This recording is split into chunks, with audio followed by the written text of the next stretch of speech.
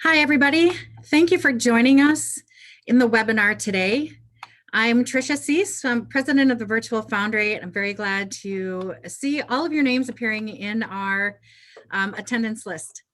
Today is Friday, January 29th, 2021, and the temperature here in southern Wisconsin right now is 21 degrees Fahrenheit. That's -6 Celsius. So it's a pretty chilly day, pretty typical winter day here in southern Wisconsin. We're very excited to be talking with you today. We're going to go through the basics of getting started with FFF metal and filament and printing metal on your regular 3D printer and how to get pure metal parts from that process. So with me today is David Lawson from Sapphire 3D. Sapphire 3D is our sintering service partner. The middle picture there you see is Brad Woods. He's the founder of the Virtual Foundry and the inventor of Filament. That's my picture there. Tricia Cease, the president. We are going to have a Q&A portion to the webinar today. So type your questions in the chat box. I'll record those and then we'll address those later on in the session. The webinar is being recorded today, so if you miss anything, don't worry. The whole session will be posted to YouTube so you can catch up with it later. Any questions not answered in this session will be answered by the follow-up email that I'll send to you. So what are we going to talk about today? The basic overview of the whole process of using Filament, how to install your own Virtual Foundry, what equipment and supplies do you need to go through the process. We'll go through printing overview, tips, tricks, troubleshooting, debinding and sintering overview with tips, tricks, and troubleshooting. We'll talk about how FFF metal and filament compare to other metal additive manufacturing processes, how you can get help to get started, and how to source your own Virtual Foundry. Then we'll get to that Q&A session. So getting right to it, our basic overview of the process. So essentially what you will do is set up your filament with a filler warmer. We'll talk about that a little bit more later in the session. You'll print very much just like the PLA that you're used to. You'll debind and sinter in the same furnace or kiln with the thermal debind process. And then voila, you have a full metal part. So we're definitely going to drill in, get into some more detail on all of these subjects as we go through. So let's start now with a little bit more detail about the setup. So Brad, I'll ask you to talk a little bit about the filler warmer, what its purpose is, and what the best spool placement is to get the best results out of the process. Right. The filler warmer is a device we added. It warms the material up as it comes off the spool. As the filament is sitting on the spool in storage and after we manufacture it, the plastics develop a memory that are in the circular shape of the spool. So the idea behind the filler warmer is that it simply relaxes it. It has a couple of side effects that are additionally beneficial. It slightly anneals the PLA in it, so it becomes somewhat stronger.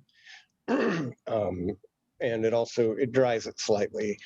And the idea is it's a metal heated tube heated to 65 Celsius. And the material is drawn off the spool very slowly as it's drawn into the print head. The best place to put it, actually, there's a shot in your video, Tricia, that shows, I don't know if you can back up on the screen, but you want to put the filler warmer at an angle that's tangent to the center of the spool. And here it's coming up on the video. So if you can get the top of the filler warmer close to the center of the spool as it comes off, so it's getting into the warmer as quickly as possible, that's the ideal setup. All right, great, thank you. We are going to be talking a little bit more about the printing process as we move forward, and that is right now. So let's talk about what kind of printer do you need. You see that picture on the right there. Brad and I did a podcast on this very topic recently. It's a 20-minute deep dive into what kind of printers work with filament. So we're just going to sort of take a surface look at this for now. Basic answer is any 3D printer that accepts any brand of filament will print the Virtual Foundry's Filament. So we're talking about brands like Creality, Prusa, Ultimaker, the Taz, Lowell Spot, um, Flash Forge. Brad, kick in with some more brands. You named all the big ones. Yeah, yeah, And- those are the ones that we hear about the most. So our Right. customers are using those printers a lot. And also generic home built. The cost is not a strong consideration. If you're about as well off with a $500 printer as you are with a $5,000 printer. That isn't, the printer itself isn't any type of a limitation to using the material. Right. So a little bit more about that difference between the $500 printer and the $5,000 printer. The $5,000 printer is going to have a lot of bells and whistles, and it's going to make the printing process easier for you.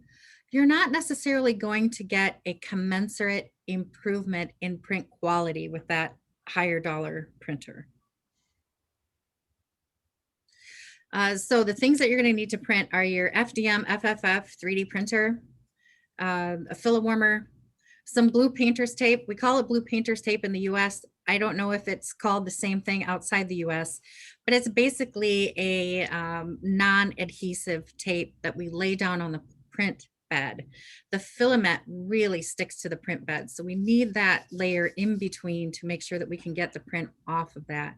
If you're using a glass bed, then a glue stick or a layer of glue in between the print and the print bed work really well. And then the last thing you need is a spool of filament. And for setting up, we recommend, sometimes people, get into 3D printing because they're interested in using our product, and they'll start right away going right for trying to use the material. If you're a beginner, we recommend that you master PLA. Get good at printing with PLA before you switch over to our materials. And just one comment I'll make, my experience has been with the materials, I usually use them on a Prusa printer or a Prusa kind of knockoff printer that we've developed. But my experience has been that using the blue tape, especially if you don't use that, you'll get the material really sticking to the bed, and that can be difficult to get off sometimes. So, and we've done prints with our materials directly onto glass and wound up breaking the glass just to get the part off of it. So a lot of filaments, you have a hard time getting it to adhere to the base, not this stuff. Guys, let's talk about Bowden tube versus direct drive. Sure. We encourage people to use direct drive when possible.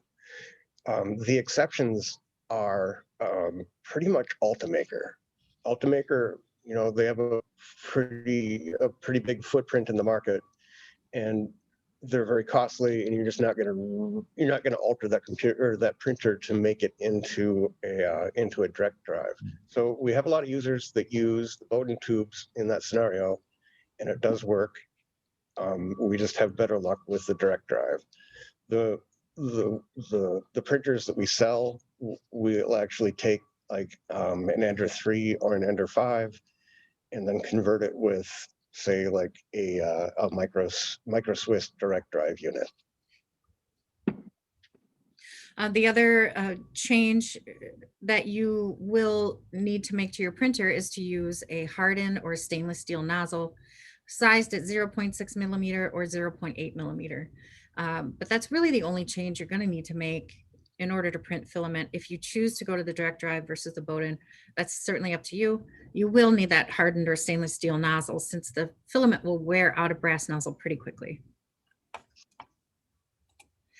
Okay, the equipment and supplies that you're going to need to debind and sinter. The debinding process is thermal. It uses heat only. So you're debinding and sintering in the same furnace that you're and on the same cycle. So what you need for your debind and sinter process is that kiln or furnace, a crucible, a refractory ballast, and sintering carbon. So two things need to happen during the sintering process. One is that the part shape is supported. And the second is that oxygen is prevented from getting to the part. That part shape support happens with either this Al2O3 or the Sapphire, oops, oh no, go backwards, or the Sapphire 3D steel blend. The Al2O3 you'll use for copper and bronze. The Sapphire 3D steel blend you'll use for our steels. The oxygen prevention is accomplished by using sintering carbon. So you've got your crucible, you've got your Al2O3 in there, or your Sapphire 3D steel blend. You bury your part in that refractory ballast, add your sintering carbon on top, and away you go. If you have a gas or a vacuum furnace and you're using those methods of removing oxygen from the chamber, that replaces the sintering carbon. So somehow you need to prevent oxygen from reaching the part through sintering carbon, gas, or vacuum.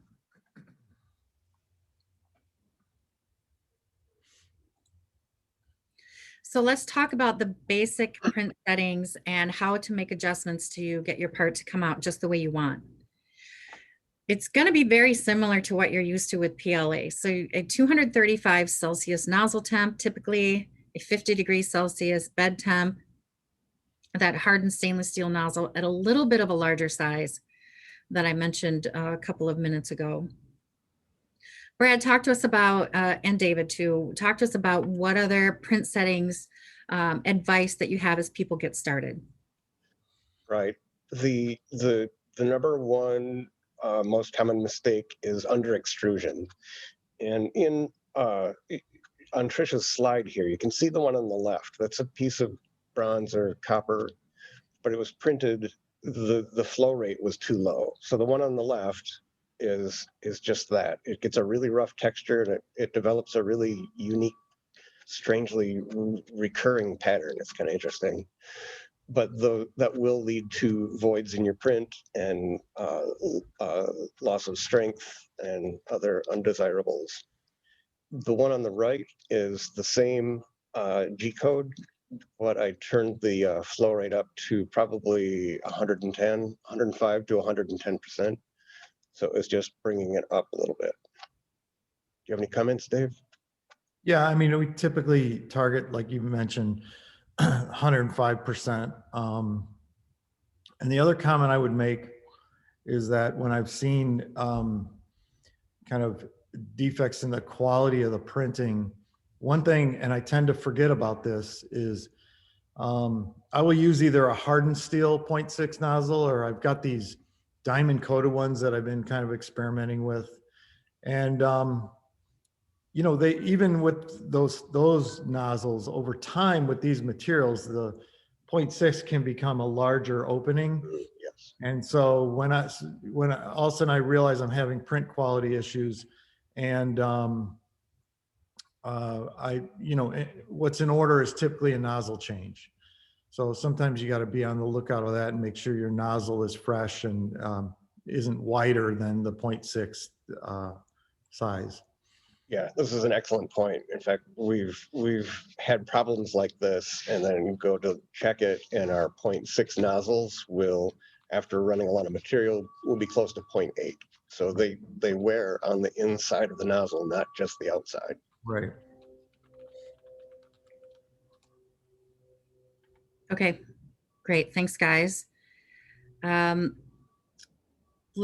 the name of the game here really is making adjustments. And that's going to be the case no matter what material you're printing. So looking at how your print is coming out, adjusting the temperatures, adjusting the speeds, adjusting the layer height, adjusting the flow rate until you get just the right part. So now let's have the same discussion on the sintering side.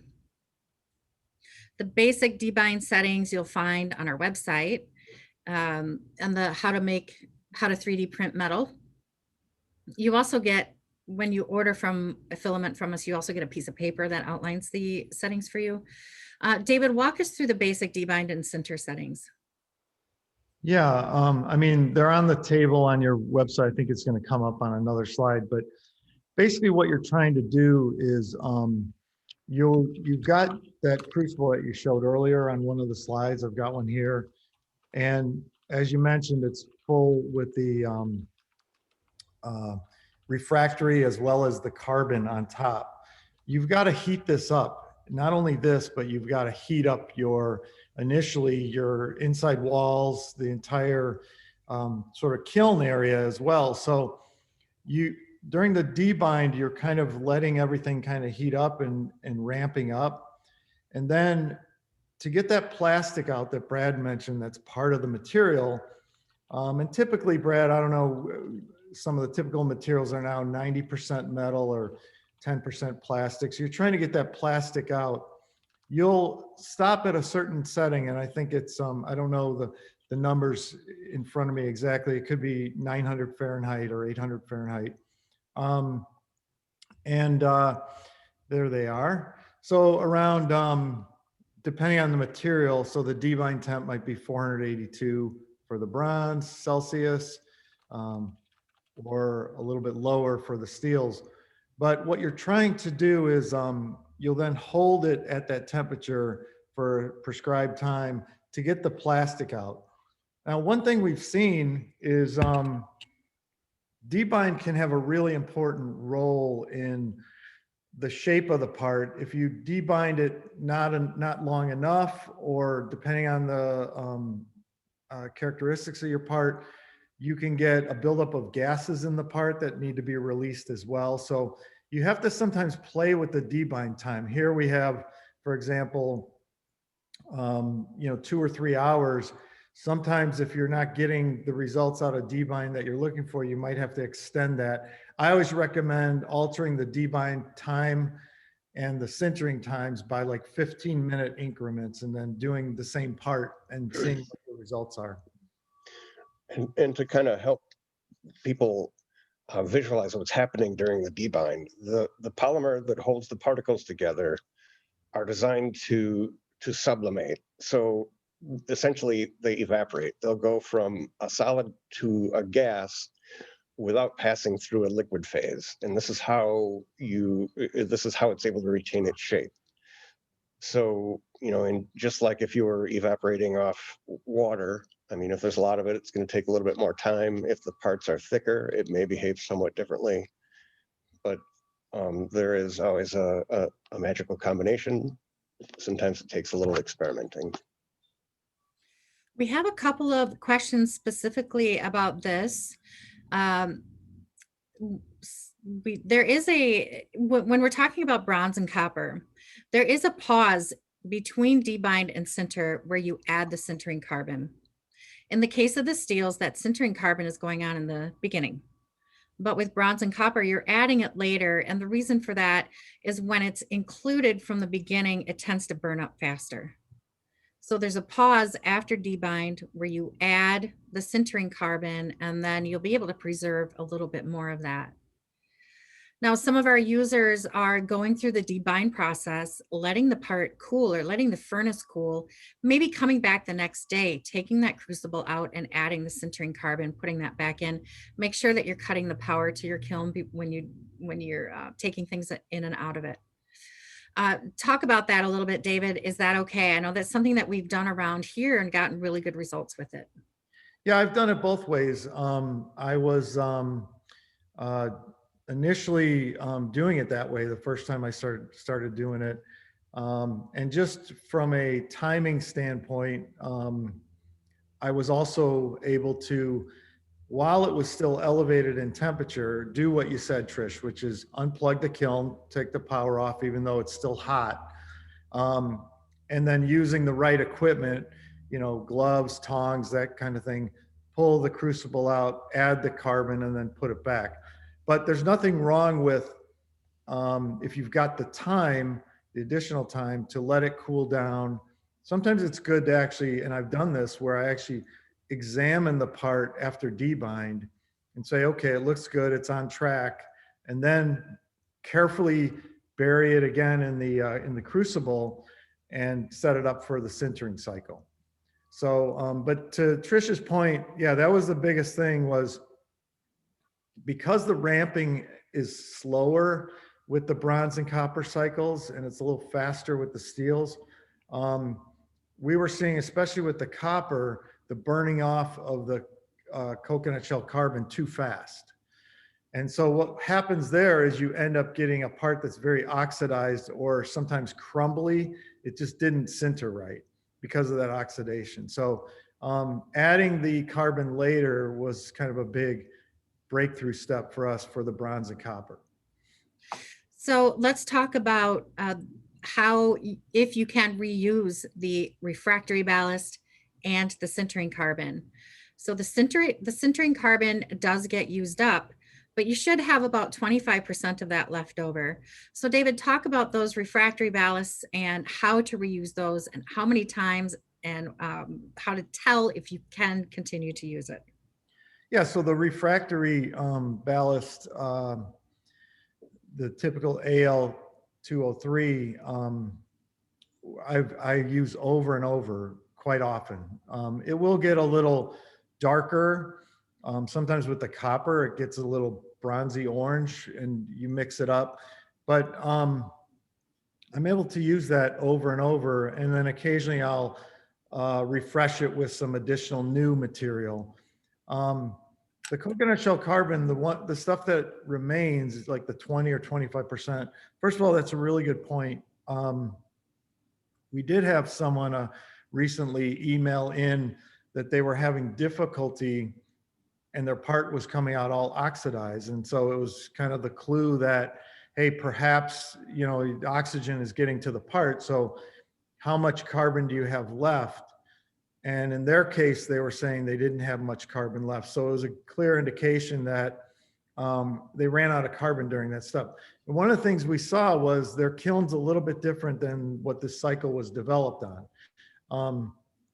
Their kiln had some heat elements in the roof of the kiln, and that was causing the carbon to burn up a little bit faster. But yeah, I typically take the raw materials and I'll sift them through a sieve and then kind of clean out any debris, and then you can reuse them, whatever's left with the carbon for the next cycle. And let's talk about shrinkage. So that's a very important factor when you're thinking about designing your part and how the sintering process is going to affect it. So David, give us a little narrative about the shrinkage. Yeah, it's kind of a general number that we've been throwing out. Like with the bronze and copper, we've been seeing typically a 5 to 7% shrinkage rate. That's changed over time as you guys have added more metal to your materials and less plastic. The steels are still in kind of more of the 10% range. But when I say these numbers, I think the best thing for people to do is measure the X, Y, and Z of your part before sintering and then measure it after. And typically what we find is that whatever shrinkage rates you're seeing will be consistent on the next part, the next similar part. So, but that's a good way to learn kind of what you're seeing, because it can sometimes be part dependent. If a part has thin spots or thick spots, you might see different shrinkage rates. But in those general areas, that's what you should consider. For a first trial, if you're using bronze or copper, plan on 5 to 7% isostatically on all axes.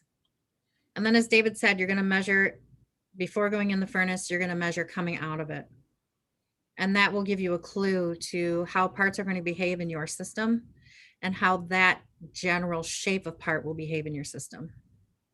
Yeah, and that's what I've done. I've kept a spreadsheet or a log, and in that regard, I'm able to kind of just keep track. And what I found is for a given part, those measurements, those results tend to be consistent. And then somebody asked, if you accidentally tip your print while it's in the oven, will it be distorted once sintered? Say that again. So if you accidentally tip your print while it's in the oven, will it be distorted once sintered? I'm not trying to, so if it's tipped inside the crucible or, I think they're asking if it accidentally tips over while it's in there. well, if the entire crucible tips over, the part will most likely be exposed to oxygen and, but if it's just that the part, you can orient the part different ways in the crucible. And depending on the part, you can get good results. You always try to look at maybe the most optimized way to orient it, depending on the part design. But yeah, I'm not totally sure what would happen. It depends on the part. Yeah, so hopefully we can all avoid that. That sounds like it would be disappointing. Right. Now, the instructions that are posted on the Virtual Foundry website were developed by David using alumina crucible. I'm going to go back one slide. Using an alumina crucible and the Sapphire 3D branded kilns. So, oh, he's got one in his picture there. So as you are working with your own equipment, if you have your own crucible, your own kiln, keep in mind that the settings or the process that you end up with may not be exactly what you started with or what's posted on our website. For example, a thicker walled crucible will take longer to heat up than the alumina will. So in that case, you'll adjust your hold times at the debind phase and at the sinter phase. Sometimes kilns, furnaces, aren't actually the temperature that they say they are. So if you're having trouble, that might be another check to make sure that your temperature is actually what your readout says it is. And then you can also adjust the temperature up and down 50 degrees at a time to see what those results are. Yeah, that's right. I would say if you're talking Celsius, 25 degrees is probably a good number.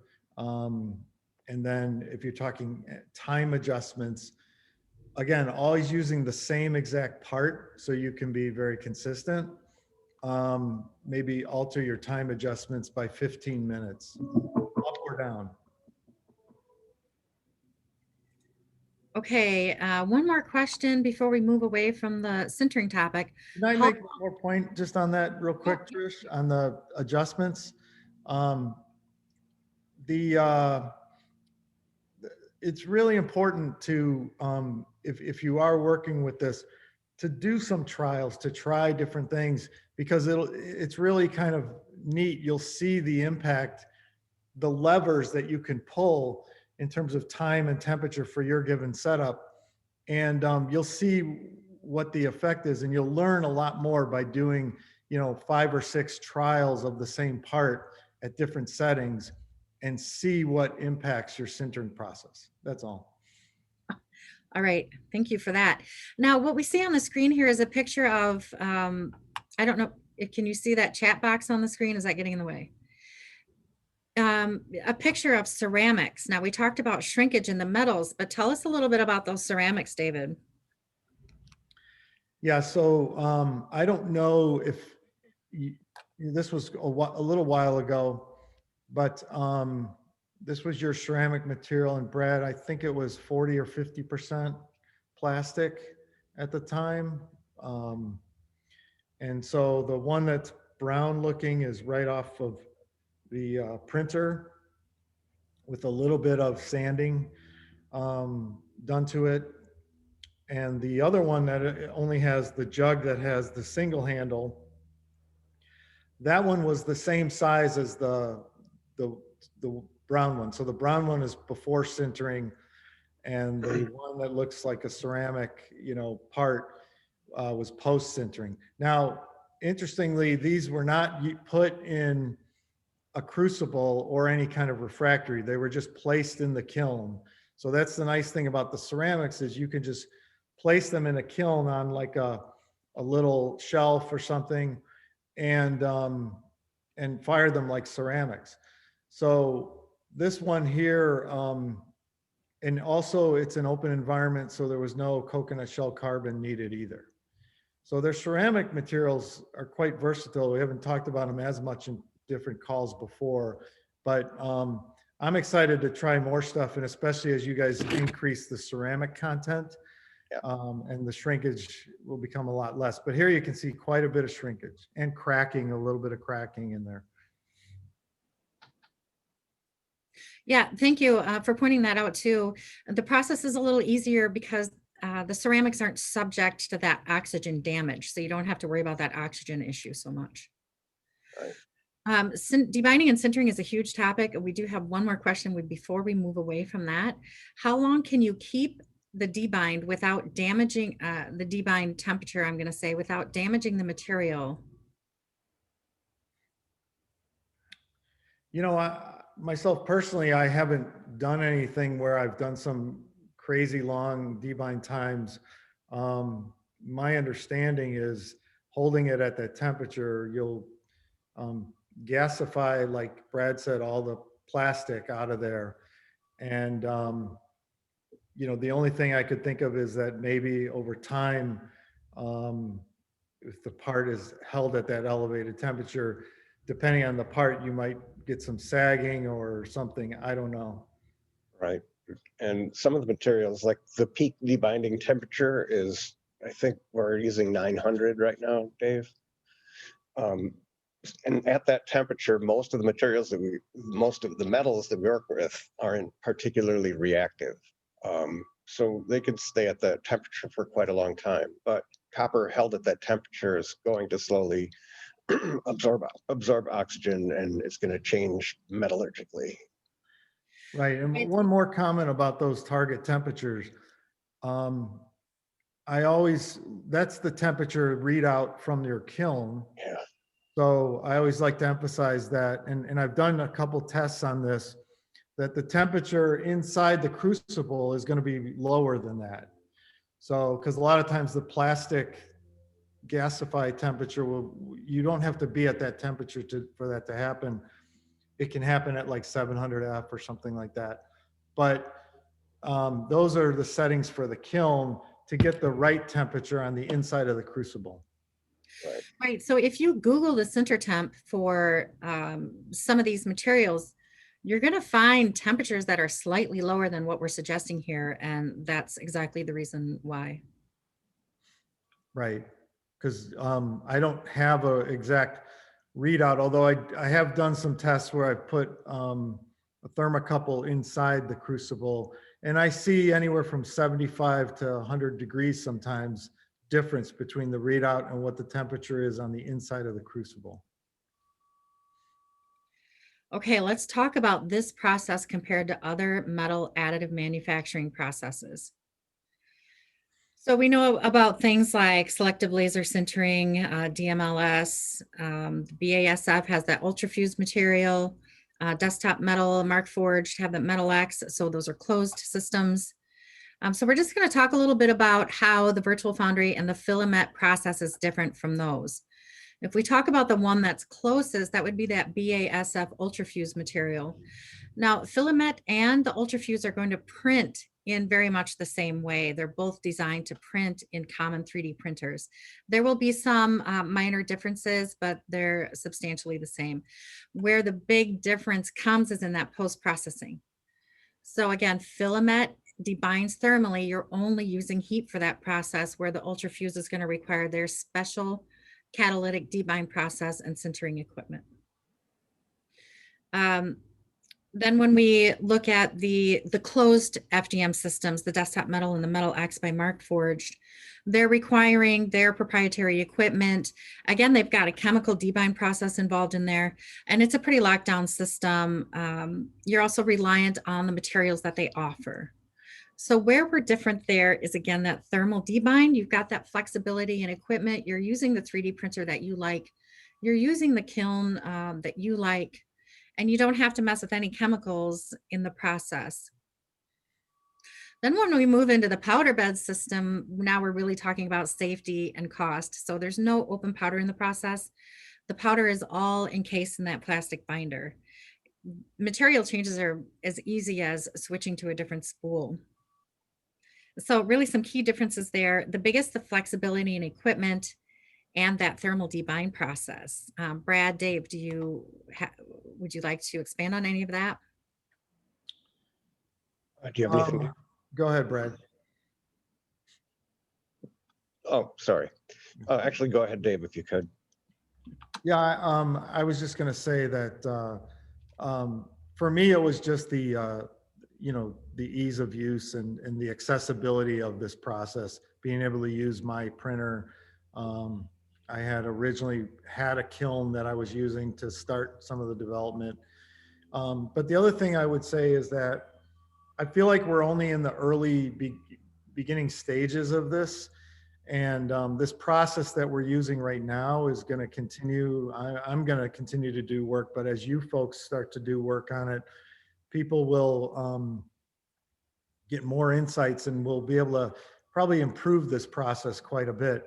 At some point, we may do some further work with inert gases in the kilns, but for right now, there will be definitely some safety concerns to look into. But for now, with this coconut shell carbon process, it's kind of like operating what you typically would see like in a kiln setting in a ceramics class, those types of levels of safety. Right. So you're going to still practice basic industrial hygiene, certainly. You Right. still want to be wary of safety. Brad, please go ahead. I was going to say, just on the topic of development in general, as Dave pointed out, we're really, really on the front end of this, and much of our development is done by our users on the sintering side of things. The Virtual Foundry focuses on making the materials and making them available to people.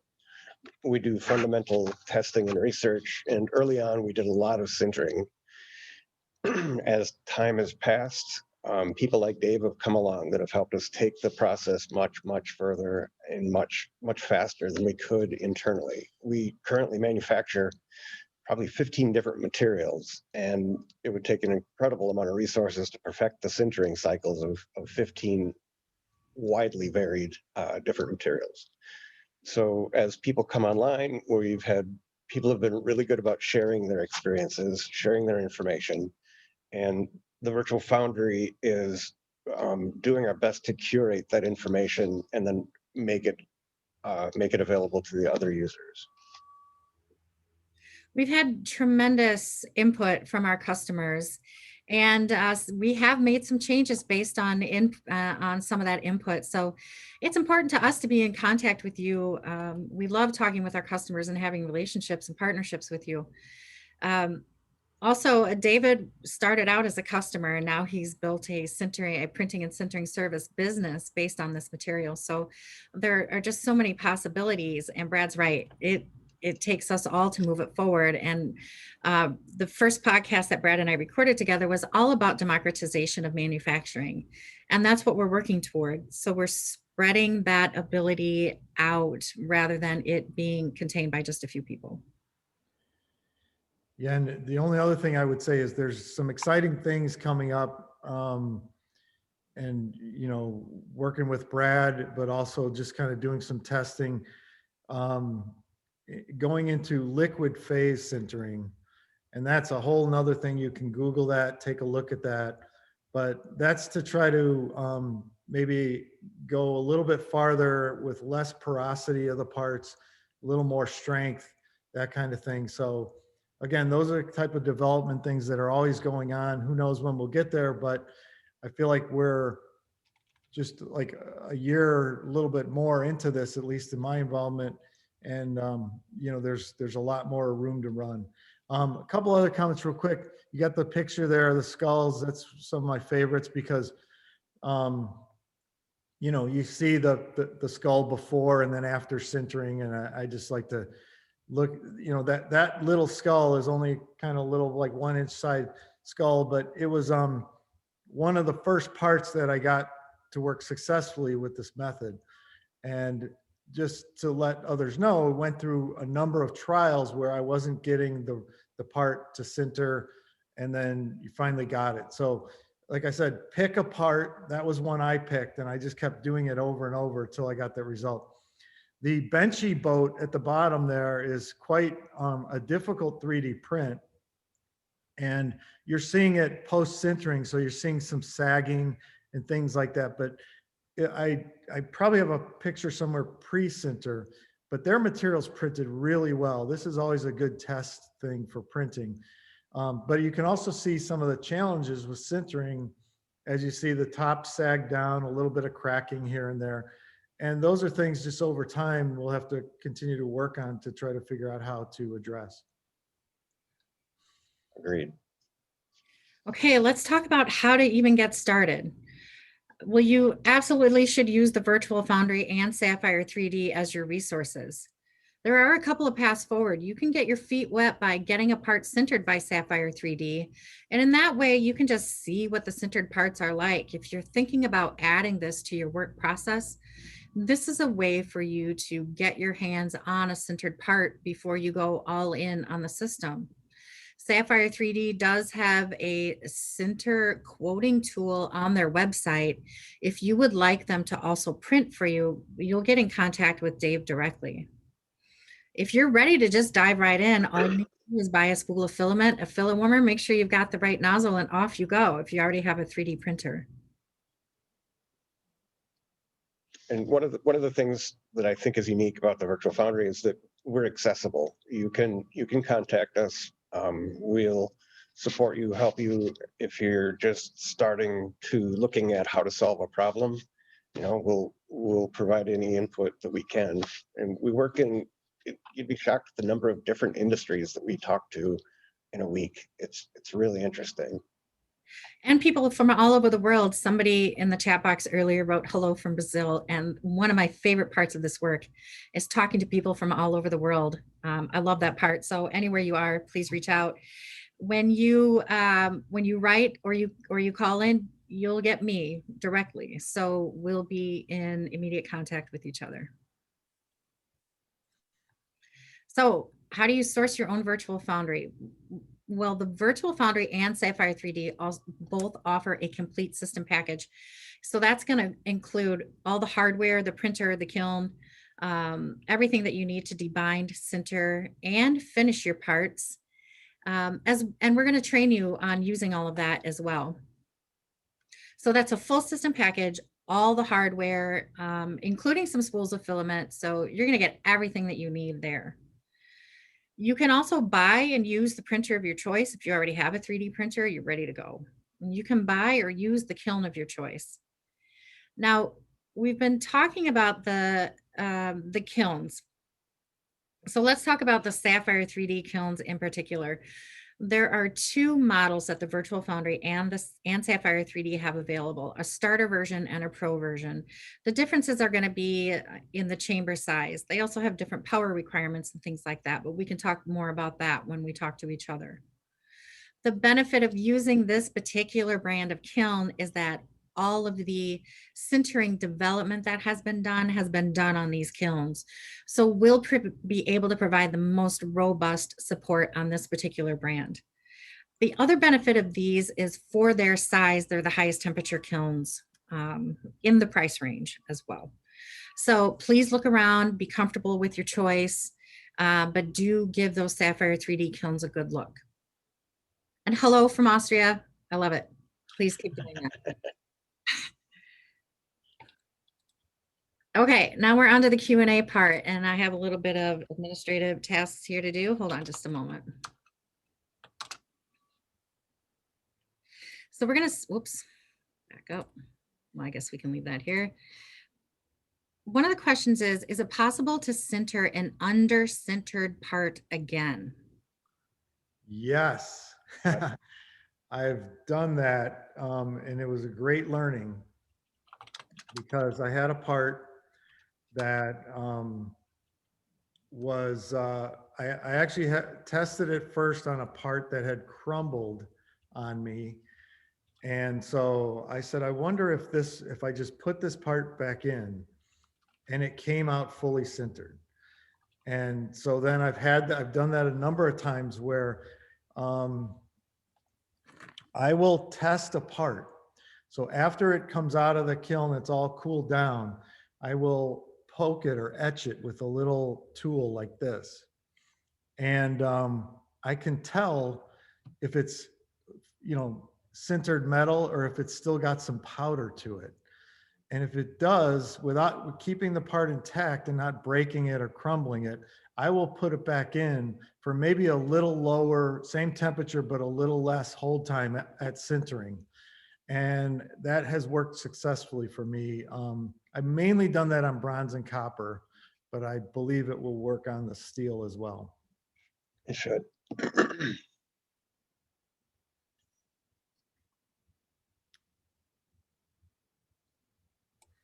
Okay, our next question. What happens if the part touches a graphite crucible in sintering?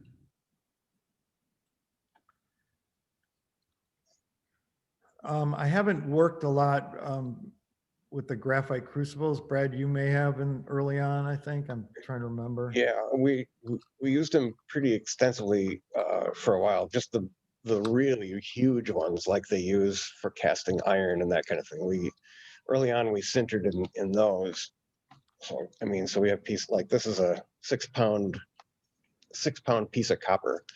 So we've done some larger scale items that way, and I really can't think of any problem with it touching the side of the graphite crucible. I would guess that the person that asked the question was worried about contamination from the graphite or something like that. And yeah, I suppose the potential does exist. Okay, this is an important question. Can I dry the filament, and at which temperatures and for how long? Okay, this comes up, and we've had users take their whole spool of filament and put it in their oven and wreck it. So don't ever do that. We typically recommend not drying it, using the Filawarmer if we just don't have that much problem with moisture. We don't have the popping and snapping like you do with pure PLA. I think it's partly because there's so relatively little PLA in the material. Do you have any thoughts on moisture, Dave? No, I just keep the materials in a temperature controlled area. That's the main thing. Right. And as far as lifespan and things like that goes, we take samples and we hang them around the walls of the shop. And I have pieces of bronze that have been hanging, like by a heat vent for 4 years. And the stuff is pretty much the same as when I put it up there. Okay, and did you talk about not heating the whole spool at once? Right. Okay, good. I wouldn't endorse it, but there are commercial dryers out there, and pretty much they're reappropriated food dehydrators that probably would work just fine, just like PLA, but I don't think it's necessary. Okay, how did the finished parts respond to soldering welding to existing metal parts? We've soldered it, we've brazed it, and we've TIG welded it. It's not easy. It takes a little getting used to. The parts have porosity to them, so they tend to soak up the metals around them. As you heat it, as you melt the edge of it, some of it will get soaked up. But with practice, it really doesn't seem to be an issue. In fact, I think I have. Here's a brass ring that I soldered, and this is just plain electrical solder. Okay, this next question comes from someone who has really studied the material very closely. The base polymer matrix used for Filament is stated to be the most similar to PLA, which is a fairly brittle material. Research shows that the inclusion of particles in filaments like carbon fiber and metal powders makes the material more brittle.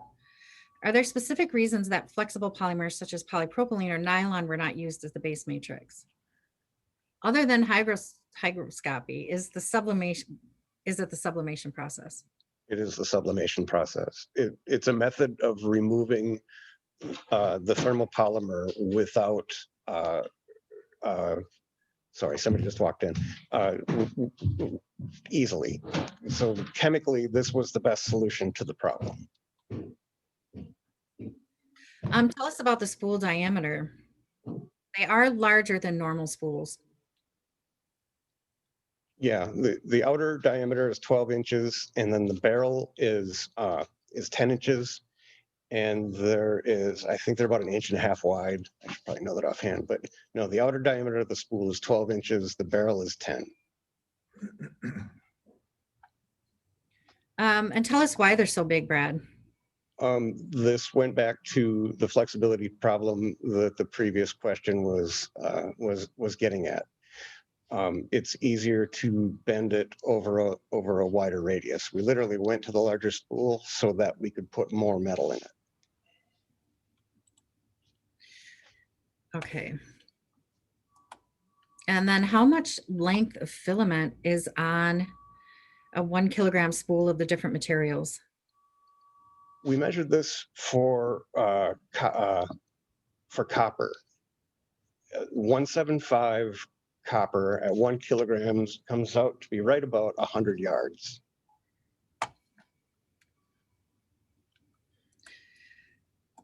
Okay. The different densities, the materials will cause you to have different, the same Right. kg to have a little bit different lengths, right? Right. So tungsten is nearly double the density, so it's about half the length. Yeah. Okay, those are all of the questions that we have today. If you want to get a hold of any of us, here's our contact information for the Virtual Foundry. Again, if you write into info@the Virtual Foundry or you call that phone number, you'll get me directly. And then Sapphire 3D's information is on the right there.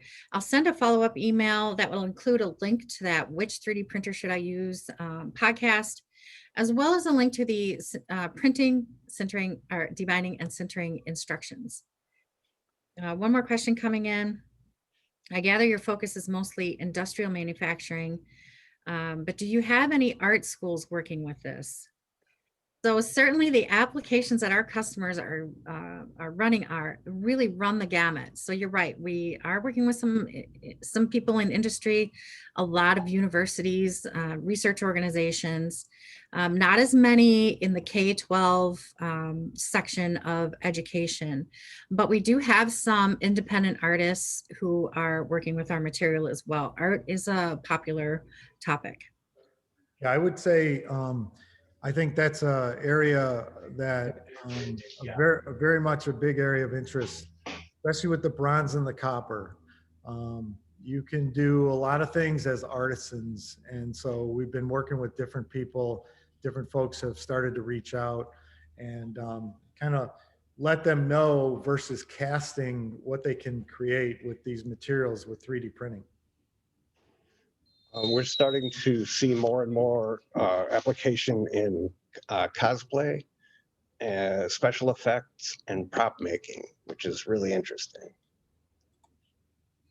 Any difference in the shrinkage depending on the fill rate? And do we have a recommended fill percentage?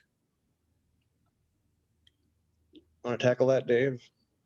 Well, if you're talking about the fill rate in terms of the, you will get a difference in shrinkage if there's gaps in the layers when you're printing. That definitely is one of the things that can affect it. If you're talking about the infill support, you know, most of the stuff, depending on the size of the print I use, is with 100% infill. But when you start to get into these bigger prints, you're going to have to kind of design internal supports. I just had a conversation recently with someone that was trying to print a fairly large sized enclosed apple. It was actually an apple. And I had discussed with them that we're going to have to put some internal supports there to keep it from sagging during sintering. All right, excellent. That concludes our questions. Thank you everyone for participating and asking really good questions. If you're wondering it, you know that other people are too. So thank you for bringing that forward. This webinar will be posted to our YouTube channel later today. I will also send you a notice of that in a follow-up email to everyone who registered, so you'll get that information. Thank you all for attending. Please reach out and talk to us. We'd love to hear from you. And until our next webinar. Thanks, everybody. everyone.